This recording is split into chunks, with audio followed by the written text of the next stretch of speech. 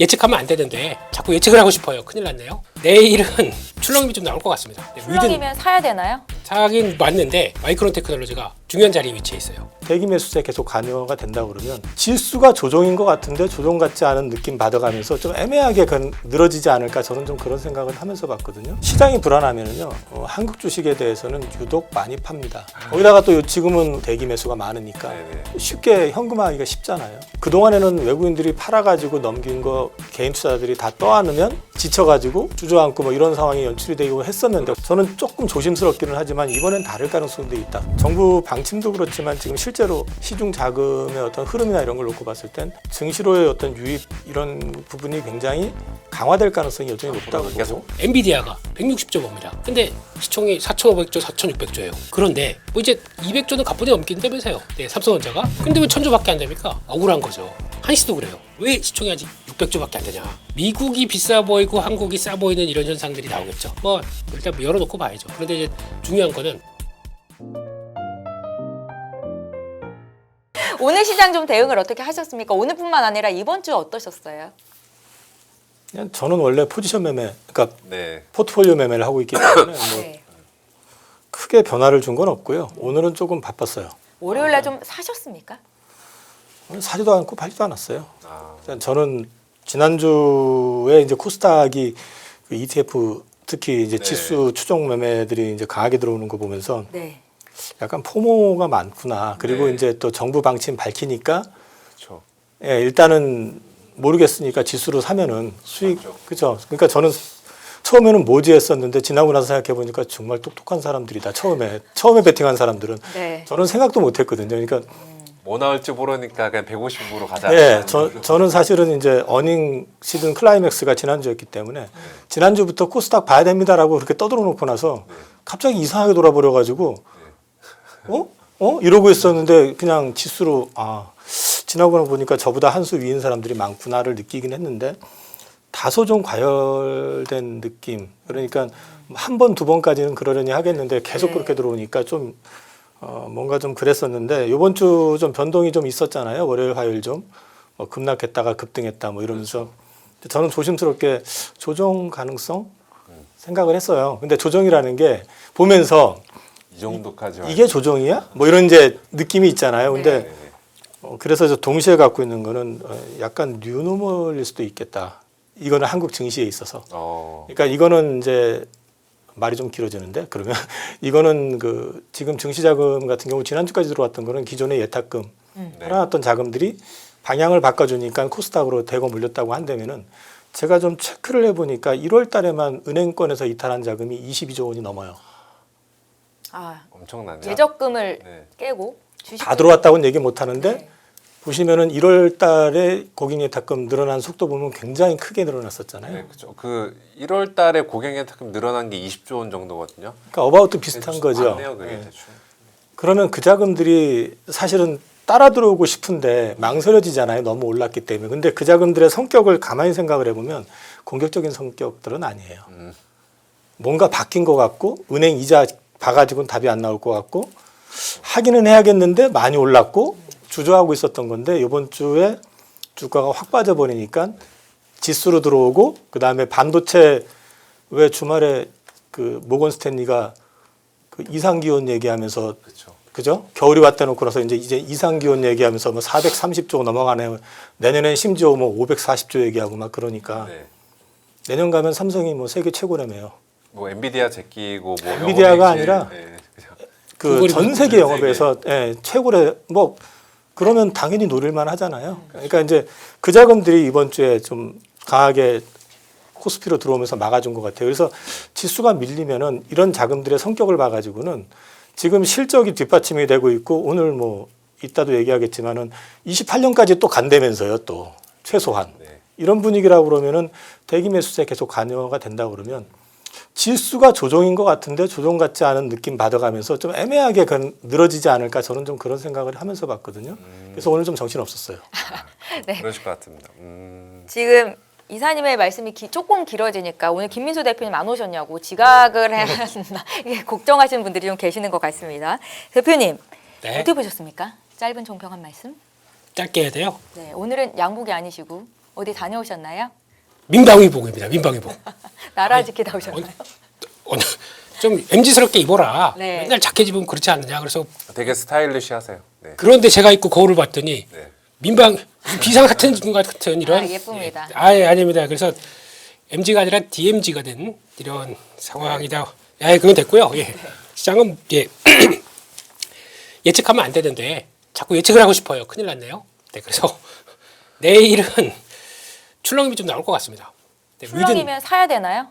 뭐 사야죠 항상. 근데 사긴 맞는데 이제 몇 가지를 보니까 일단 마이크론 테크놀로지가 중요한 자리에 위치해 있어요. 네. 네, 그래서 이게 지지가 돼야 턴을 받고 다시 가는데 조금 좀 힘들어진다 그러면 아니 왜 마이크론 테크놀로지를 요즘에 보고 마이크론이 조금 쉬고 있죠. 고점 찍고서요. 네, 거기서 이제 이거 하고 있습니다. 이거. 네, 그래서 거기서 이제 이거 했으면 오늘 이거 차례거든요. 근데 그게 안 나온다 그러면 또 고민할 수도 있는 상황이다 보니까 그게 그렇고 또 종목들 보다 보니까 반도체는 조금 뭐 쉰다고 하더라도 조선, 방산, 원자력, 전력 설비 이게 다 이렇게 해서 전고점을 돌파할 듯 말 듯 다 그 자리에 와 있어요. 그러니까 내일 힘내면은 그냥 훅 하고 위로 가는 자리고 아니면 또 쉴 수 있는 자리고. 네. 그러다 보니까 만약에 반도체가 쉬는데 그럼 이쪽들이 훅 들어갈 수도 있고, 예, 조박원전 이쪽들이 들어갈 수도 있고, 아니면 반도체가 또 그냥 훅 달려버리게 되면 이쪽들은 또 그냥 수고 뺏기고. 예 뺏길 수도 있고 막 되게 복잡한 상황들이고. 아까 우리 코스닥 말씀하셨는데 내일 코스닥은 좀 레벨업가 좀 갭이 나온 자리가 있어요. 거기를 탁 턴하고 가야 셉니다. 안 그러면은 이렇게 되면은 또 다음 주는 또 주춤해질 것 같고. 근데 보니까 코스닥에 연관을 시키는 게 왜 미국의 10년물 국채금리도 성장주랑 이렇게 막 연결시키는 바이오가 안 가는 이런 이유랑 같이 연결시키게 되면은 4.3이에요. 벌써 또 시간 외로 지금 거기 들어가 있더라고요. 그러니까 금리는 쉽게 안 빠지고 이런 것들이 꾸준 바이오만 또 힘들게 만들고 있고 뭐 이런 내용들이 아닌가 싶어서 내일은 예, 잘 줄 서야 될 것 같습니다. 내일도 그 새벽에 그 아마존이랑 애들 실적 발표하지 않나요? 그리고 맞죠? 알파벳. 알파벳, 예, 예. 금요일 날이 아마존이고. 네. 네, 그것도 뭐 또 영향을 주겠네요. 주긴 주는데 한국 시장이잖아요. 니들 하고 우리는 우리 길을 가겠다. 라는 쪽에서 이렇게 나오는데 보니까 또 예탁금도 오늘 훅 줄었더라고요. 아 얼마 찍혔어요 오늘? 105조로 5조 어제까지가 2일자 기준으로 111조였는데 한 6조 5조 정도 빠져나갔네요. 그 정도가 나온 것 같습니다. 그리고 코스닥 신용은 좀 줄기 시작했어요. 그래서 뭐 그러긴 한데 그거야 뭐 이제 내일 수치야 내일 당장 바뀔 수도 있는 거니까 그런 관점 쪽에서 일단 내일은 잘 보자. 예, 그렇게 봐야 될 것 같습니다. 아니 오늘 새벽에 미국 증시가 빠졌잖아요. 네네. 그리고 마이크론의 주가도 흔들렸고 그래서 저는 오늘 국내장이 좀 조정을 받을까라는 생각을 했었는데 아니나 다를까 바닥 찍고 또 다시 올라가더라고요. 왜 이렇게 변동성 확대가 큰데도 국내 증시는 강한 건지 그 배경을 어디로 보고 계시는지. 이게 우리나라도 이제 그 예전에 미국에서 유행했던 조정시 매수 전략이 드디어 먹히는 장세로 바뀐 건가요? 시장으로? 네.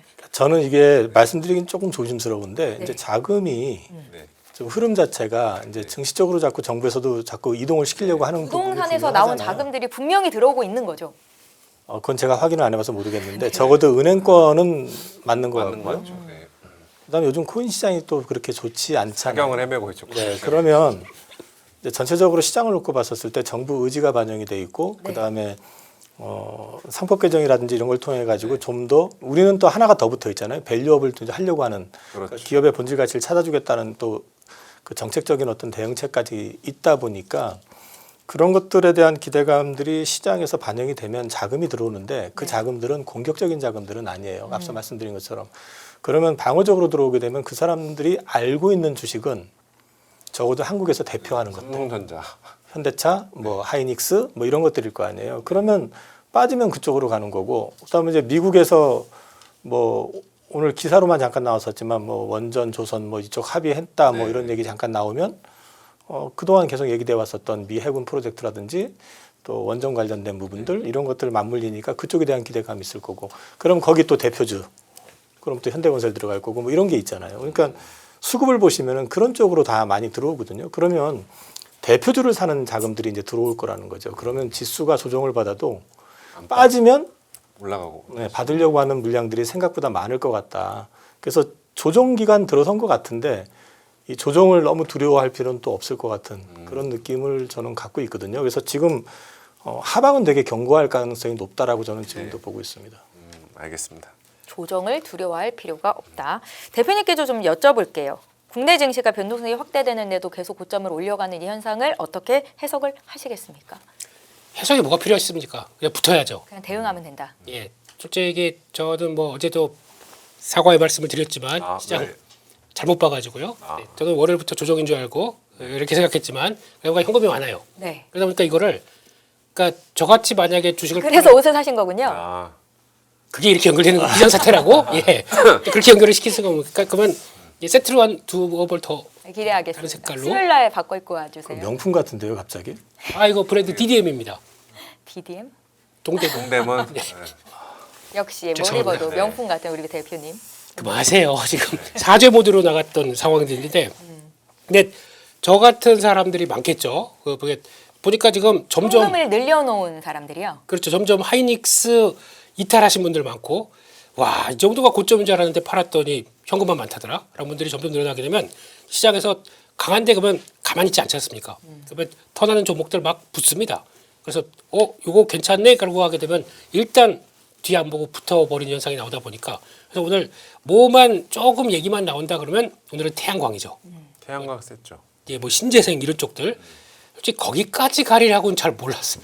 그 정도까지인지 몰랐는데 앞에서 또가 얘기하시는 분이 머스크 형님 또 그냥 붙어버리는 거죠. 그래서 이런 걸 봤었을 때는 그 수익률에 목말라서 이제 뭐 제2의 삼성전자 하이닉스를 찾을 수는 없겠지만 제2 없습니다. 그냥 그걸 적정하게 사면 되겠지만 근데 거기서는 수익률 게임이 벌어지고 있는 상황들을 봤을 때는 그러니까 이제 시장의 질을 보게 되면 그럴 기미가 안 보여요 지금요. 그러니까 약간 계속 또 만약에 시장이 조정이 나와도 단단한 섹터는 나올 것 같고 또 요즘 보면 그거 있잖아요. 부동산 자산주들 네. 3표 시멘트가 뭐 그것도 잠깐 3연속상, 3연속상. 3표니까요. 그러니까 끝인가요, 이제? 3번 이제 끝이에요. 그렇게 또 단정을 지어버리시면 예. 그렇게 말씀하셔가지고 저는 요즘 3자가 중요합니다. 네. 삼천당제약 코스닥 3천을 위해서 가고 있고요. 3표 그럼 또 다음은 삼진제약입니까? 네, 뭐 아무튼 네.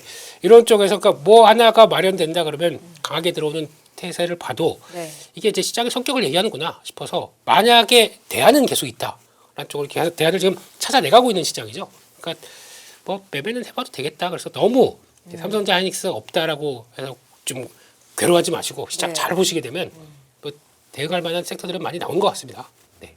이전 이렇게 변동성 확대해도 지수는 5,300을 넘어가면서 계속 이제 새로운 역사를 써 내려가고 있는데 네. 외국인들은 요즘에 그냥 뭐 작정하는 듯이 조 단위로 종종 팔더라고요. 이 현상은 저희가 좀 어떻게 봐야 될까요? 이게 제가 외국인이라도 팔고 싶을 것 같아요. 올라가는 모습을 보면. 근데 이제 외국인들이 많이 파는 주식을 보면 네. 뭐 최근에 이제 급등했던 주식들 위주로 많이 팔잖아요. 근데 이제 시장에서 판단을 하는 게 대표적인 게 뭐 현대차 같은 경우도 그렇죠. 계속 팔아대잖아요. 네.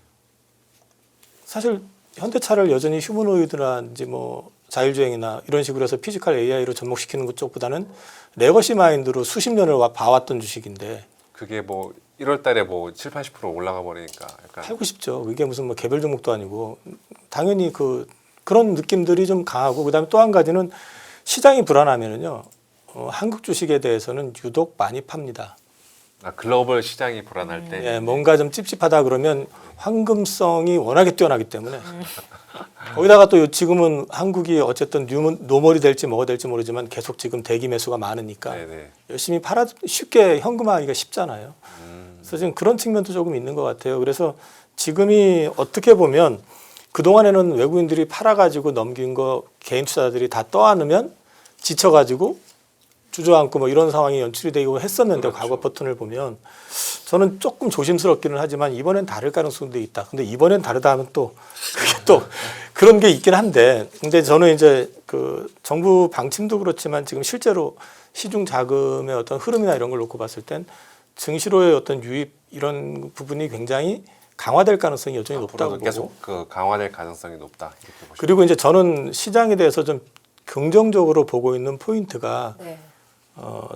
여기서 말씀을 드렸나 모르겠지만 저는 이게 대한민국 증시가 퀀텀 점프를 했었던 시기가 과거에 2번 있었잖아요. 1985년도 80년 중반에 한 번 있었고 당시요. 그다음에 2000년대 중반 한 번 있었고 저는 이번이 세 번째라고 보는데 각각의 특징으로 보면은 80년대 중반은 3저인데 N고에 의한 3저를 가지고 경쟁국 반사이익을 고스란히 우리가 가져가면서 네. 소위 그때 트로이카 주식이 급등을 했었고 네, 맞습니다. 2000년대 중반에는 중국 쪽으로 우리 물건을 엄청나게 팔면서 한 단계 올라가서 차화정이 나왔었고 조선이 나왔었잖아요. 그렇죠.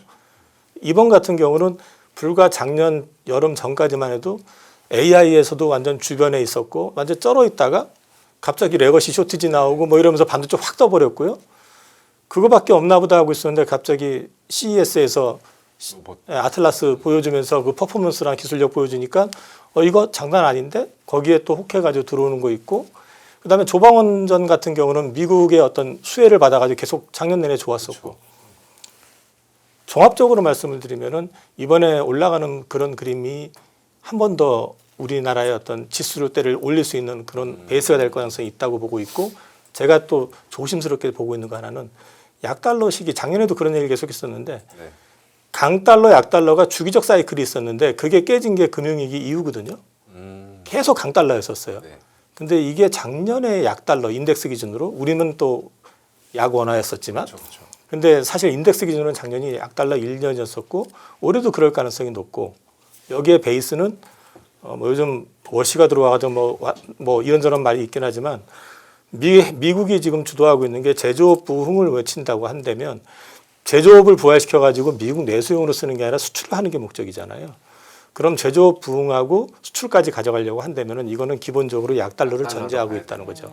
그래서 저는 그런 걸 같이 맞물려서 놓고 보면은 생각보다 장이 강할 것 같다 우리가. 그리고 이머징 마켓 쪽이 강했던 어떤 주기적 사이클에 들어선 거라면은 이게 1, 2년에 끝나는 게 아니라 최소한 좀 이어질 가능성이 있지 않을까 좀 그렇게 보고 있습니다. 네, 알겠습니다. 우리 대표님께는 삼성전자에 대해서 좀 여쭤보고 싶은데 시가총액이 1,000조를 넘어섰는데 이게 그 중국의 플랫폼 기업 대표적인 기술주 아시아 1등 알리바바, 텐센트도 제친 시총이라고 하더라고요. 그리고 이게 전 보니까 세계적으로는 뭐, 13인가 16인가? 그렇죠. 베트남이랑 동남아 쪽 전 세계 애들 시가총액 합쳐도 못 따라간다고. 특정 국가들 시가총액 합쳐도. 이게 좀 어떤 의미가 있을까요? 체급이 달라진 건가요? 아유, 이제야 네 진작 그래. 근데 되게 보면 그런 건 있어요. 그러니까 뭐 솔직히 뭐 텐센트나 이제 알리바바보다는 네. 이익 얼마나 난다고 이런 느낌이죠. 예. 그걸 또 보게 되면 그런 것도 있어요. 구글이 네. 물론 이번에 실적 발표하면 알겠지만 한국으로 계산하게 되면 120조 법니다.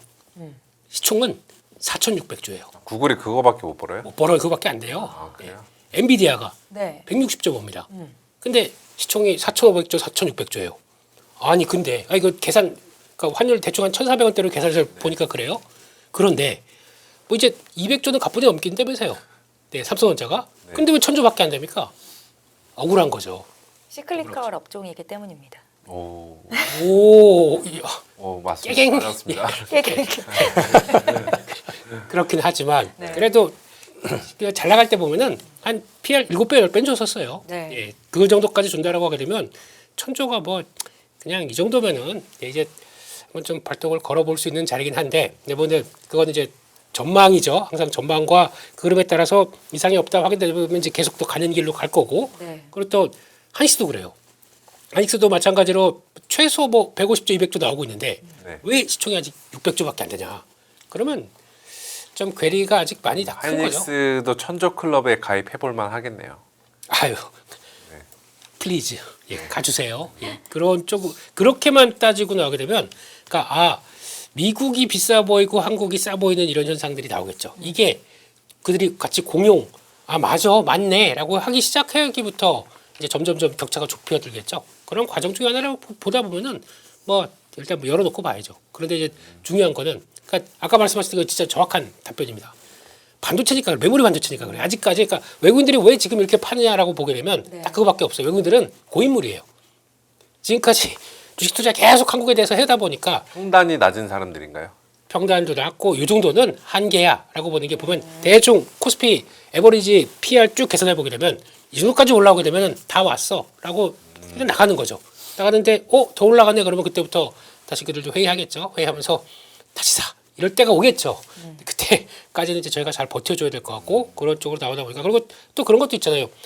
그러니까 지금 뭐 5,300이면 시총이 한국은 이제 워낙 이 정도까지 될 거야라고 생각하고 있는데 이게 갑자기 계속 올라오다 보니까 100이 들어가 있는데 120이 돼 있어요. 20 잘라내고 또 기다려 보니까 또 올랐어요. 그 100이 또 120이 됐어요. 또 잘라내고 이런 과정이죠.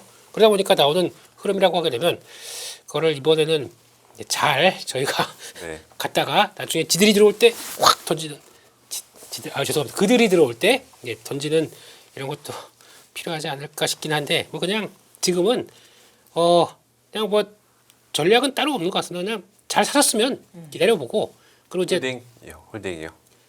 여기서 팔란 얘기는 못 하겠어요. 이번에 제가 아무리 시장을 좀 조정이 나올 것 같다 그래도 이쪽은 안 건드렸어요. 이쪽은 반도체요. 반도체 조방 원전은 그대로 두고 나머지 이상한 거 매매하던 것만 좀 정리하고 했는데 네. 그것도 꽤 많이 포지션이 있더라고요. 그래서 정리하다 보니까 뭐 그렇게 됐는데 안 되겠다 싶어서 오늘 또 붙는 거 막 하다 보니까 또 늘어나고 이게 뭡니까 이게.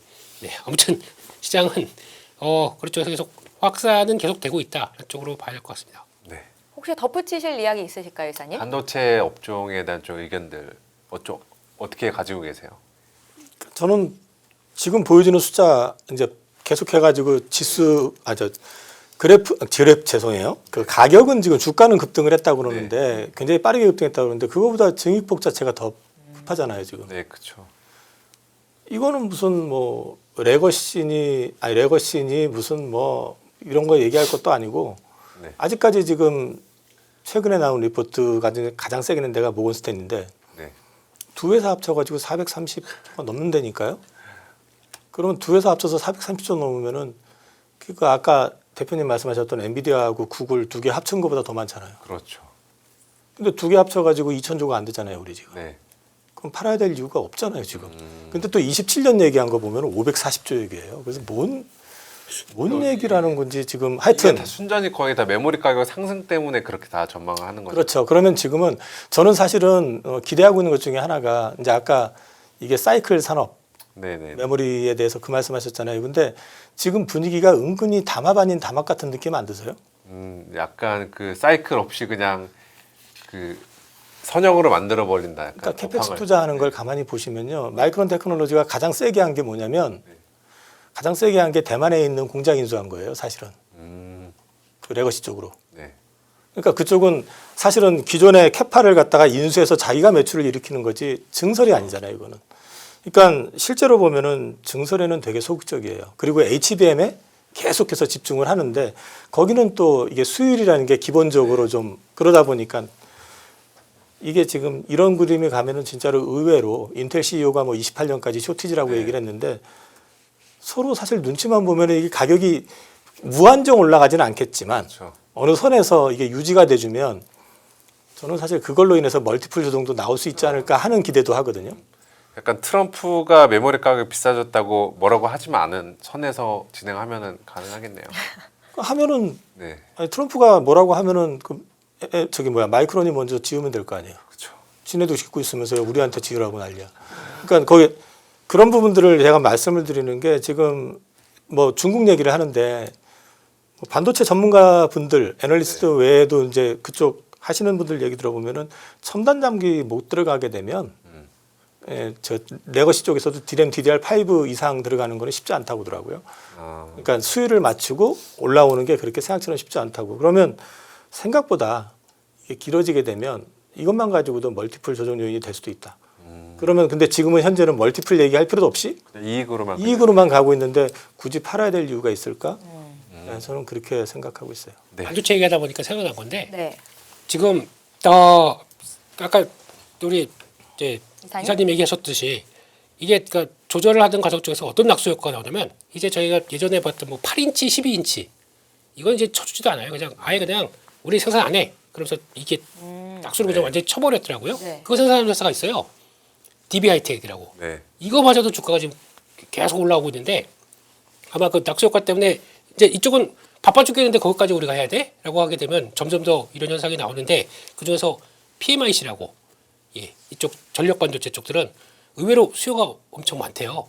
이게 나오게 되니까 가동률 보니까 생각보다 빠르게 전환되고 있는 거 보니까 이거마저도 이렇게 되고 있구나. 그러면 일단 그냥 IDM이라고 그 문의 안에만 들어가는 회사들 들어오게 되면 네. 다들 이렇게 들어오는구나 싶어서 실적 발표 나오면서 또 이런 거마저도 봐야죠. 네, 그런 쪽까지도 한번 확장해서 봐야겠다. 근데 많이 올라 있습니다. 그러니까 좀 주의하시고 네, 그런 쪽까지 확장돼 간다. 이것도 한번 보셨으면 좋겠습니다. 네, 알겠습니다. 알겠습니다. 저희 오늘 시청자분들께서 미국은 왜 실적이 잘 나와도 종목들이 하락이냐. 그러니까요. 그런데 또 어떤 분은 비싸니까 그렇다라는 의견을 다신 분도 계세요. 그래서 AMD가 깜짝 실적을 발표했음에도 급락한 이유, 또 내일 기대가 되는 알파벳의 실적까지 좀 조언을 해주실 게 있는지 대표님께 좀 여쭤볼게요. 네. 우리 거 하기 바쁜데 왜 미국 거? 네. 요즘에 진짜 미국장은 사면 좀 물리는 장세잖아요. 그러니까요. 미국은. AMD도 그렇지만 최근에 그러니까 이번에 실적 발표 서프라이즈로 발표한 회사 70몇 %가 네. 발표하고는 다 빠졌다고 하더라고요. 이게 시장의 성격을 말해주는 거죠. 그래서 그러니까 이것도 이제 속았어요.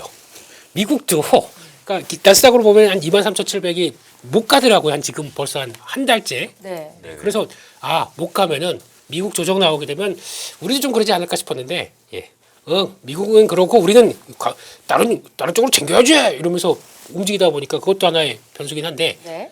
미국도 이제 이번 주 말까지 해서 이제 고용 지표 나오잖아요. 네. 여기까지 해서 되게 중요한 자리입니다, 지금이. 아. 그래서 여기가 못 지켜서 흔들리면은 또 좀 고민하게 될 수밖에 없는 자리다 보니까 이제 그렇기도 한데 중요한 거는 그러니까 딱 말씀하신 게 딱 맞는 것 같아요. 지금 아까 말씀드렸듯이 밸류서 더 싼 데 많은데 EPS도 잘 나오고 더 싼 데 많은데라고 하다 미국보다 보니까 싼 데 많다고요. 예, 신흥시장 쪽에서 이런 모습들을 보여주다 보니까 또 지금 보게 되면 또 대만도 마찬가지예요. 대만도 꾸준히 많이 올라왔는데 네. 이번에 나오는 대만 특히 뭐 PCB 업체나 이 IT 쪽에 TSMC랑 발거쳐 있는 회사들 보게 되면 네.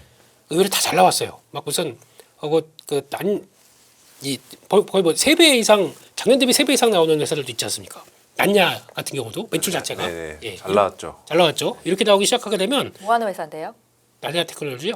네. 기술이군요. 5위쯤 메모리의 5위 정도쯤 네, 되는 네. 회사죠. 그러다 보니까 거기서도 나오는 거 보면 시각이 자연스럽게 돌아갈 때 물론 미국 시장이다 보니까 미국만 움직이는 뭐 그 자체 자금들이 있다고 하더라도 대안들이 점점 생겨나고 있게 되면 이거에 대해서 뭐 계속 있는 것보다 그럴 수도 있겠죠. 그런 쪽들은 보면서 그러니까 실적에 대한 기대는 물론 하겠지만 그렇다 그나마 마지막 자존심 알파벳인데 네.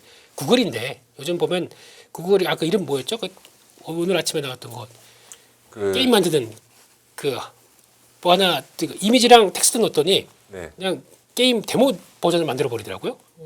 그 30초 안에? 네, 맞아요. 네. 그래서 그것 때문에 게임 업체도 한때 주가 날아갔었잖아요. 유니티 막 이게 네. 쭉쭉 빠지는 거 보니까 그런 거 보면은 이제 서서히 다. 그러니까 요즘 미국에서 또 제일 안 좋은 게 소프트웨어예요. 마이크로소프트 지금 4일째 빠지는 거 보면은 소프트웨어 쪽이 이런 천대를 또 받고 있구나. 그런데 그 중에서 살아남는 기업은 나중에 가게 되면 네. AI가 붙어서 이제 가게 되면 막 독주할 겁니다 혼자. 근데 그거 전에는 지금 이런 현상이 나오게 되면은 그런 것도 분위기구나. 라는 쪽에서 보면은 그래서 소프트웨어 쪽은 또 고 밸류를 받는 쪽들이지 않습니까? 그래서 상황이 이렇게 바뀌었구나 이런 생각이 들고 있습니다. 네. 그리고 상황이 바뀌었다라는 데 좀 들은 건데 지금 미국도 그렇고 일본도 그렇고 전체적으로 업종 간의 그 섹터 로테이션 순환매가 조금 일어나는 그 느낌들이 있거든요. 미국 테크주들은 못 갔는데 산업재나 뭐 경기 민감주도 좀 잘 나가고 있거든요. 이것들은 시장의 좀 완전한 색깔 변화를 저희가 의미하는 건가요? 아니면 일시적인 현상으로 봐야 될까요? 내용들을 보면은 이제 뭐 미국에서도 자동차 같은 이제 전통주 네네. 쪽도 강하긴 한데 네. 그거보다는 일단 쇼티지가 좀 많이 나는 뭐 전력기기 쪽이라든지 네네. 그다음 미국에서 지금 조선주도 헌팅턴 인겔스인가요? 네네. 뭐 그 회사도 지금 굉장히 퍼포먼스 좋고 그다음에 이제 우주 관련돼 있는 쪽, 그다음에 금융 뭐 이런 쪽에서 이제 움직이기 시작하는 것 자체는 이게 성장주 같은 경우는 이제 좀 많이 올라 있는 측면에서 추가적으로 시장 어떤 예상치 네네네. 뭐 이런 거에 조금만 미스하거나 아니면은 뭐 기대감을 확 키우지 못하면은 좀 주저앉고 그 외의 주식 쪽으로 좀 수급이 쏠리는 건 그만큼 시장이 약간 좀 기존의 그 성장 쪽에 대해서 약간 불안해하는 측면들도 좀 있잖아요. 네네. 그래서 매기가 약간 그쪽으로 옮겨가는 것 같은데 일본도 살짝 그런 느낌은 있어요. 지금 일본 쪽도 보니까 올라가는 게 이제 그 전력기기, 자동차, 철강, 비철금속 쪽 이런 쪽들이 강하고 우리는 오늘 이제 조선이 조금 반등을 좀 주긴 했지만 일본도 조선 굉장히 강하게 지금 네네. 움직이고 있고요. 근데 이제 희한한 거 하나는 이게 철강 쪽이 다 강해요. 아, 철강이. 글로벌 전체적으로요? 네, 저 아르셀로미탈인가요? 거기도 그렇고 일본의 신일철도 그렇고 한국만 약해요. 한국 철강은 뭔가 2차 전지 때문인 것 같고. 2차 전지 이슈도 있고 그다음에 이제 작년에 실적이 워낙에 안 좋았었고 뭐 현대제철도 실적 되게 안 좋게 나왔고 네. 그런데 지금 이제 감산 얘기를 다 하고 있고 아. 국내에서도 그다음에 중국 역시 마찬가지로 이제 강하게 뭐 구조조정을 한다 이런 건 아니지만은 중국 쪽의 어떤 부담을 좀 덜어주는 쪽으로 좀 방향을 잡아가는 네네. 것 같고요. 그리고 일본이 신일본 제철 같은 경우는 주조안을 좀 강화하는 측면도 있고 또 한 가지는 미국의 US 스틸을 인수한 뭐 그거에 대한 기대감도 일정 부분 들어간다는 것 같아요. 그런 맥락에서 보니까 우리나라 같은 경우도 사실은 좀 생각을 좀 바꿔놓고 보면 철강도 일단 바닥을 확인하는 그러니까 기저 효과 때문에 올해는 일단 실적이 증익이 나올 가능성이 네. 높은 데다가 밸류에이션이 지금 저 PBR의 대표적인 그렇죠. 뭐 0.3, 0.2 뭐 이러니까 거기에 더해 가지고 또 화학 섹터 같은 경우도 이제 구조조정하고 뭐 난리가 나 있는데 오늘 아까 보니까 그 독일의 바스프인가요? 그게 또 어닝 서프라이즈가 나왔는데 주가 급등 나오는 것 같고 우리나라도 이제 화학 구조조정 이슈 좀 구체화되면서 뭐 대한유화라든지 몇 개 회사들에 대한 기대감 이런 것들 나오는 것 같고 돌아서는 것들 보이는 것 같아서 약간 좀 우리가 좀 약간 제껴놨었던 섹터들 있잖아요. 그 가운데서도 좀 기대할 수 있는 부분이 있을 것 같다. 그리고 우리나라에서 이거 지금 발의는 한다고 했는데 주가 누르기 방지법 있잖아요. 그거. 저 이거 은근히 기대할 수 있을 것 좋은 같거든요. 것 같아요. 좋은 네. 정책 같아요, 이거. 이거는 어떤 식이든 상장이 돼 있으면은 네. 뭐 PBR 0.2, 0.1이면 사실은 청산을 하는 게 주주들한테 도움이 되는 거 아니에요?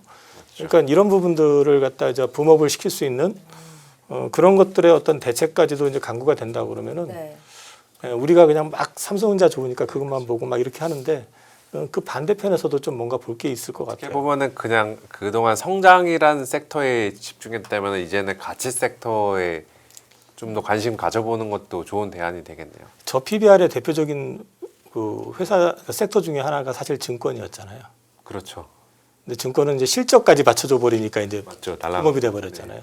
그럼 이제 그 다음번에서 조금 돌아서는 것들이 뭔가 한번 찾아보시는 것도 하나의 대안이 될 수 있을 것 같아요. 네. 그 중에 하나가 철강에도 기회가 있다라는 말씀이세요? 그럴 것 같아요. 그래서 뭐 어떤 회사는 지금 뭐 리튬 쪽이 요즘 나쁘지 않잖아요. 네. 그리고 또 어떻게 작년에 또 투자를 잘 해가지고 저가에 또 리튬 강산 또 염호 지분 인수한 게 있기 때문에 리튬 가격만 어느 정도 유지가 돼주기 시작한다 그러면 생산하면서 그 리튬 살아나기 시작하고 그다음에 사고 쳤던 그 자회사 건설사 그거 이제 그 기저 효과 나올 거고 뭐 철강 쪽에서도 어쨌든 증익 나오게 되면은 또 살아나는 그림 나올 수 있을 것 같고 또 하나는 우리가 잊고 있지만 미국으로 직접 들어가는 회사도 있어요. 뭐 있었죠, 저희가? 현대그룹에 있는. 예. 그러니까 그런 회사들 같은 경우는 아니 신일본제철이 US 스틸 같은 뭐 그런 회사 인수했다고 해가지고 네. 그거 얼마나 뜯어고칠 수 있고 얼마나 그 노동자를 갖다가 개조시켜 가지고 효율성을 높일지 모르겠는데 새로 짓고 들어가는 거는 기본적으로 고용도 하겠지만 자동화 내지는 휴머노이드의 비중이 좀 많이 들어가지 않을까요? 경쟁력을 갖추려고 한다면은 그렇죠. 그게 29년도 준공인데 그래서 지금 말씀드리는 건 지금 당장에 그거보다는 어떤 큰 그림을 그리고. 예, 그런 그림을 좀 보신다 그러면 그림이 좀 나올 수 있는 것들도 좀 있는 것 같아요. 네. 알겠습니다. 저희 다음 이슈로 태양광 쪽 좀 보겠습니다. 스페이스 X를 이끄는 일론 머스크가 우주에 네. 태양광 그 데이터 센터를 건설할 거라고 밝힌 가운데 또 머스크 팀이 중국 기업을 방문을 해서 오늘 중국에서 태양광 관련주 급등했고 국내에서도 그 같은 흐름이 이어졌습니다. 김민수 대표님께서 태양광 관련주를 좀 주목해서 보시는지 듣고 싶은데요. 언젠간 이 AI 데이터 센터 한번 이제 태양광 이쪽에 뭔가 연결이 되는 네. 이런 쪽에서 어떻게 되겠구나라는 생각했는데 이렇게 올라올지 또 몰랐어요. 일론 이거. 머스크보다 먼저 생각을 하신 거죠. 아니요, 뭐 스크가 얘기해서 알고 있었죠. 이것도 그렇게 될 수 있겠구나라고 생각했는데, 근데 내용 잠깐 보시게 되면은 네. 이거 되게 특이해요. 아니 비밀리 방문했는데 저희가 이렇게 알고 있어요. 네. 비밀리에 방문한대 이러고 있는 거 아닙니까? 네. 그래서 이중 접합하고 페브라 스카이 이거 발음이 안 되죠 이건? 페로브스카이트. 페로브스카이트 쪽 기술 관련된 쪽인데 이종 접합은 되게 중요하죠. 지금까지 실리콘으로 들어가던 게 이제 변하기 시작하면서 이걸 접합해서 이제 페로브스카이트 쪽으로 연결되는 과정이다 보니까 이게 되게 중요한 하이브리드 쪽으로 많이 얘기를 하더라고요. 이런 쪽에서 일단 200기가와트 와 엄청나네요. 이걸 이제 하겠다라고 하다 보니까 이제 중국 태양광 쪽 오늘 다 상한가 들어갔습니다. 중국 쪽에서 태양광 관련주들. 네. 우리나라도 같이 날아간 거였죠. 그렇죠. HD 현대 에너지 솔루션, 뭐 한화솔루션 이런 것부터 관련된 장비주들도 막 쭉쭉 움직이고. 근데 내용들 보게 되면 일단 태양광 구현하기 위해선 가볍고 효율적인 패널이 중요하다라고 하다 보니까 거기서 경량하고 유리한 요 페로브스카이트 이쪽과 실리콘 적층 아까 보였던 그 내용들은 되게 어렵더라고요. 그래서 유망한 솔루션으로 꼽힌다라고 해서 그쪽으로 나가고 있는데 그나마 태양광 쪽은 지금 중국들이 먼저 이제 약간 구조조정까지 할 정도로 강화가 있고 이번에 보니까 중국도 이제 보조금 안 준다고 하더라고요. 이게 보조금 철폐 쪽으로 나오게 되면 이제 자생적으로 나오는데 그때 기술력 갖고 있는 회사들이 더 커질 것이다라고 하다 보니까 그렇게 나오는 것 같은데 UBS에서는 2035년까지 115기가와트까지 급성장할 거고 벌써 우주 태양광이 1조 1천억 정도 간다라는 얘기는 그러니까 좀 일단은 우주나 가보고 얘기해야 되는 거 아니에요? 네. 우주 항공이 더 중요한 거 일단은 더 중요할 거고 같이 따라가는 이제 태양광. 근데 태양광이 우주를 만나보다니까 이렇게 우주 라이트 태양광 이렇게 되는 거죠. 네. 네, 알겠습니다. 죄송해요. 예. 이렇게 되는 과정이라고 봐야 될 것 같고요. 예. 태양광에 이제 분류가 막 붙는 겁니다. 예, 그런 쪽에서 이런 쪽에서 아마 중국 업체들의 다음 블루오션이 될 수 있다 뭐 이런 쪽으로 나오고 있고 아까 말씀드렸듯이 뭐 300배 성장할 것이다 이렇게 나오다 보니까 이게 지금 시장을 끌어올리는 요인들인 것 같은데 이런 쪽에서 이제 결론적으로 보게 되면 요거 차세대 우주 태양광 관련해서 차세대가 아니라 페로브스카이트는 되게 꿈의 기술이라고 많이 얘기했지 않습니까? 그러다 보니까 오늘 유니테스트인가요? 그 회사 한다고 얘기 내놓고 아직까지 속도가 나오는지 안 나오는지 모르겠지만 이거 벌써 한 몇 년 됐어요. 5, 6년 됐습니다. 근데 이런 얘기 나오면서 하고 있다라고 하면서 이게 진행이 된다고는 보는데 중요한 거는 그러니까 다 알고 있습니다. 우주로 가게 되면 거기 밤도 없어요. 그냥 그냥 24시간. 24시간 충전하고 그럼 거기 가도 또 우주 들어가는 이제 데이터 센터 들어가는 ESS도 거기 또 부각받겠네요. ESS도 우주 라이트가 될 수가 있다 보니까 뭐 연결될 수 있는 건 많죠. 네. 그렇게 되면은 연결은 되는데 그게 직접적인 쪽으로 중국이 영향 받다 보니까 중국에 오늘 급등한대 이렇게 우르르 다 들어간 거죠. 그런 쪽에서 보게 되면 일단은 상용화 됐느냐 아직 이게 모르겠어요. 그러니까 지금 충분히 어떤 태양광 효율 나올 정도까지 됐느냐 이게 아직 확인이 안 되고 있다 보니까 태양광 쪽을 플레이를 해야 되나라는 고민은 있는데 그 중에서 한화솔루션은 그래도 주가가 올라가야만 될 수밖에 없는 기조가 있지 않습니까? 왜 청재분들의 이제 지배구조 쪽에서 중점이 돼 있기 때문에 그런 쪽에서도 보게 되면은 한화솔루션이 제일 낫겠다는 생각은 하고 있는데 이렇게 빠르게 움직이다 보니까 일단은 그냥 따라가지는 못하겠습니다. 일단은 따라가지 못하겠고 관련돼서 오늘 보니까 또 요즘 그런 종목도 있어요. OLED 디스플레이 이런 쪽도 좀 제가 전혀 생각 안 하고 있었거든요. 그렇죠. 잘 안 보고 있던 섹터잖아요. 예. 거잖아요. 근데 실적 나온 거 보니까 의외로 그 동아일텍인가요? 그 회사 실적이 생각보다 뭐 이렇게 많이 나왔어? 봤더니 이제 이쪽도 이제 LG 디스플레이가 약간 이제 허덕허덕하다가 좀 돌아가기 시작하다 보니까 발주가 나온 게 있다 보니까 이런 거나 뭐 선익 시스템 이런 것들이 벌써 실적이 돌아가다 보니까 이것도 은근히 저도 안 보던 섹터였어요. 이런 것들 막 지금 2배 났어요. 지금 빠른 시일 안에. 이렇게 되다 보니까 시장에선 투자 아이디어는 무시하면 안 되겠구나. 한 쪽으로 봐야 될 것 같고 그렇습니다. 그래서 일단은 지금 쫓아가냐고 말씀하셨을 땐 갖고 계신 분들은 축하드리고요. 네. 이제 지금은 신규로는 조금 기다리시는 게 좋지 않을까. 내주식이 아니다. 약간 이런 관점으로. 그럼 뭐 반도체 봐야죠 뭐. 네. 이사님 의견은 좀 어떠세요? 태양광 관련해서 이 모멘텀이 좀 수혜주로 확산될 수 있을까요? 어느 쪽으로? 저는 이거 태양광 하면은 가슴이 아파가지고 한 달간을 제 앞방에 있는 친구하고 네. 앞방에. 왜 OCI 홀딩스가 안 갈까? 네. 미국의 그 탄을 보면 ETF 탄을 보면은 네. 1월 달까지 무지하게 좋았었거든요. 네. 내가 좀 생각을 달리 해가지고 하나야 원래 그렇다 치고 네. 네. 왜냐하면 그 실적이나 뭐 좀 복합적인 게 네, 이제 그쵸. 그 화학 쪽이 안 좋으니까 네. HG 현대에너지솔루션하고 OCI 홀딩스하고는 움직일 만도 하는데 왜 안 갈까를 한 달간 매일 아침 얘기했어요. 근데 결론이 어떻게 됐습니까? 그럼? 못 샀습니다. 안 가니까 이게 왜 그랬냐면은 작년에 제가 HD 현대에너지 솔루션을 2번 들어갔었거든요. 네.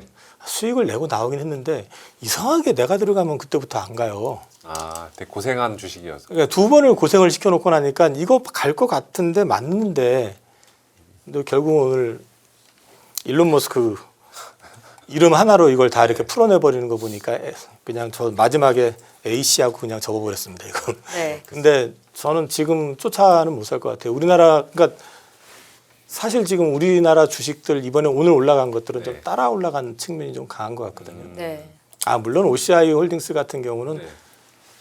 된다고 생각은 하지만 이게 하루에 뭐 20몇 그런 회사가 20 몇 프로 올랐더라 상한가는 아닌데 하여튼 25% 이상 올랐던 것 같은데 그런 그림이 나와버리면 예, 저는 따라가지 못할 것 같아요. 네. 알겠습니다. 앞으로도 관심 업종이 없을까요? 또 빠지면 봐야죠.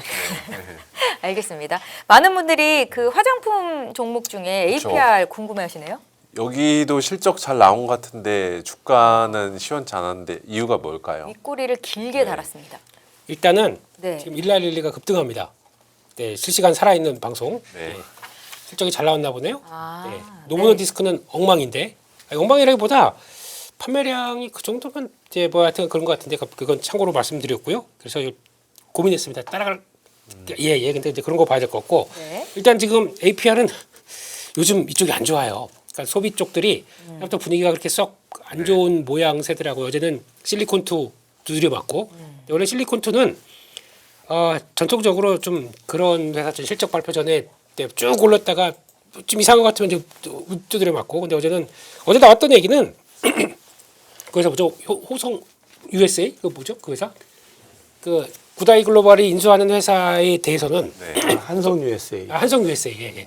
이거를 인수하기 위해서는 네. 당연히 그 IPO 잘 받으려면 뭐 인수해서 덩치 키워야 되겠죠. 그러다 보니까 나오는 과정 쪽에서 봤을 때 실리콘2의 악재입니다. 솔직히 악재라고 생각합니다. 근데 이건 실적 뚜껑 열어보고 그 다음에 답을 보는 게 맞겠다고 봐야 될 것 같고.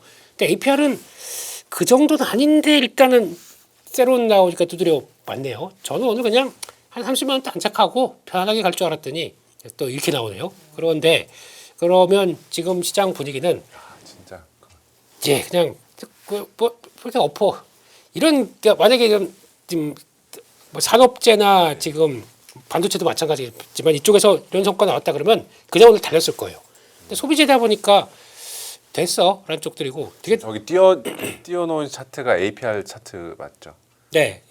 안 보이실 걸요. 아, 여기서는 안 보이는구나. 예. 네. 뭔가 보일 듯 안 보일 듯 저희만 보는. 네. 근데 거래 급증하고 저런 식으로 차트 나온다고 기분이 안 좋아요. 안 좋긴 하지만 근데 그렇게 되면 뭐 그렇다고 뭐 이게 지금까지 올라온 속도가 또 나올 수 있겠느냐 이런 내용들이지 않습니까? 근데 그거 다 보여줬거든. 지금까지 QOQ로 보게 되면 그러니까 작년 동기 대비해서는 얘기도 안 드려요. 네. QOQ만 보게 되면 이제 한 2년 전인가가 300억대 부문 수출 나왔는데 이제 2천억대가 넘어가요. 이 정도로 강하게 들어오게 되면 그냥 인정 좀 해주지 그걸 뭐 그렇게 대단하 싶어가지고 근데 모르겠습니다. 그냥 화장품 쪽에서는 핵심적인 종목들은 또 이렇게 좀 주춤하다 또 사야 될 것 같습니다. 근데 그런 쪽은 보는데 이제 두 가지가 있더라고요. 코스메카 코리아랑 그나마 성장 좀 보여준다라는 쪽에서 코스메카 코리아랑 APR 정도 그리고 또 펌텍 코리아는 그건 좀 그냥 간당간당하고 예, 그런 쪽에서 몇몇 종목들은 그나마 그래도 봐야 될 것 같긴 한데 근데 이제 약간 뭐 플랫폼 우리 잘못하게 되면 우리끼리 경쟁을 해버려요. 그러니까 해외에서 그런 쪽들은 좀 피해야 되지 않나라는 생각도 들고 있고 그래서 선별해야겠죠. 그래서 좀 아쉽지만 어떻게 하겠습니까? 시장의 반응이면 인정하고 다시 또 눌림목 찾아가야겠죠. 최근에 진짜 화장품주들이 그렇게 썩 재밌지가 않는 것 같아서 이 불장에서. 그러니까요. 거기 누가 요즘 촌스럽게 소비주해 이런 느낌입니다. 그래서 예 그래도 적정한 자리에 놓으면 또 보긴 봐야 될 것 같습니다. 네.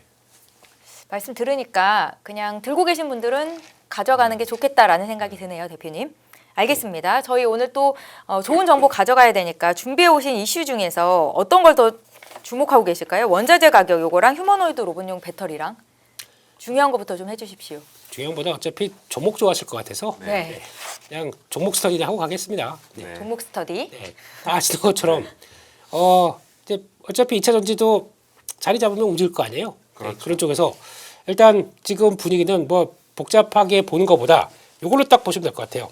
현대차 아틀라스 로봇에 들어가는 게 삼성 SDI로 이렇게 굳혀지는 것 같고 전고체 쪽이죠. 네. 그런 쪽이고 테슬라 옵티머스는 LG 에너지 솔루션이 자리 잡는 모습들이고 약간 이렇게 나뉘는 분 제가 이런 거 구분하는 거 좋아하잖아요. 네. 그러다 보니까 이렇게 들어온 것 같다라는 쪽으로 봐야 될 것 같고 거기다가 지금 로봇용 쪽에서 지금까지 알려진 건 4680은 모르겠는데 46 원통용 그 하이니켈 쪽들 이게 이제 지금 옵티머스 쪽으로 들어가는 걸로 알고 있다 보니까 그쪽의 강점 LG 에너지 솔루션이라고 얘기하는데 제가 알기로는 삼성 SDI도 하고 있거든요. 그러다 보니까 만만치 않은 상황들인데 이렇게 이제 구분은 또 보고 있는 것 같아요. 그렇게 되면은 약간 기존의 테슬라 라인들로 보게 되면 LNF, 뭐 엔캠 이렇게 들어오는 과정이라고 보면서 일단 그쪽으로 애써 흐름들을 만들어가는 것 같고 아틀라스다라고 하게 되면 에코프로 BM, 솔브레인, 그러니까 셀 양극재 전해액 분리막 이렇게 나오는 과정들. 근데 만약에 지금 삼성 SDI하고 이수 스페셜티 케미칼이 전고체에서 속도가 난다,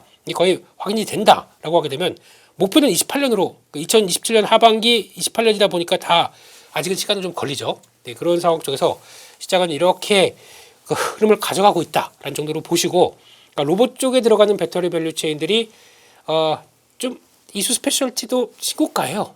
네, 오늘 또 쭉 올라오더라고요. 뭐 에코프로는 요즘 보게 되면 나홀로 바이오 시어 형이 갈게 그러면서 쭉 달리고 있다 보니까 차이는 있는데 그냥 갖고 계셨던 고생했던 분들의 영역이 아닐까 생각이 들어서 일단 이쪽은 그냥 그 정도로 알고 네. 보시는 게 좋겠다 그렇게 말씀드리겠습니다. 이사님 로봇용 배터리 첨언 한 말씀 해주십시오. 다 하신 것 같은데.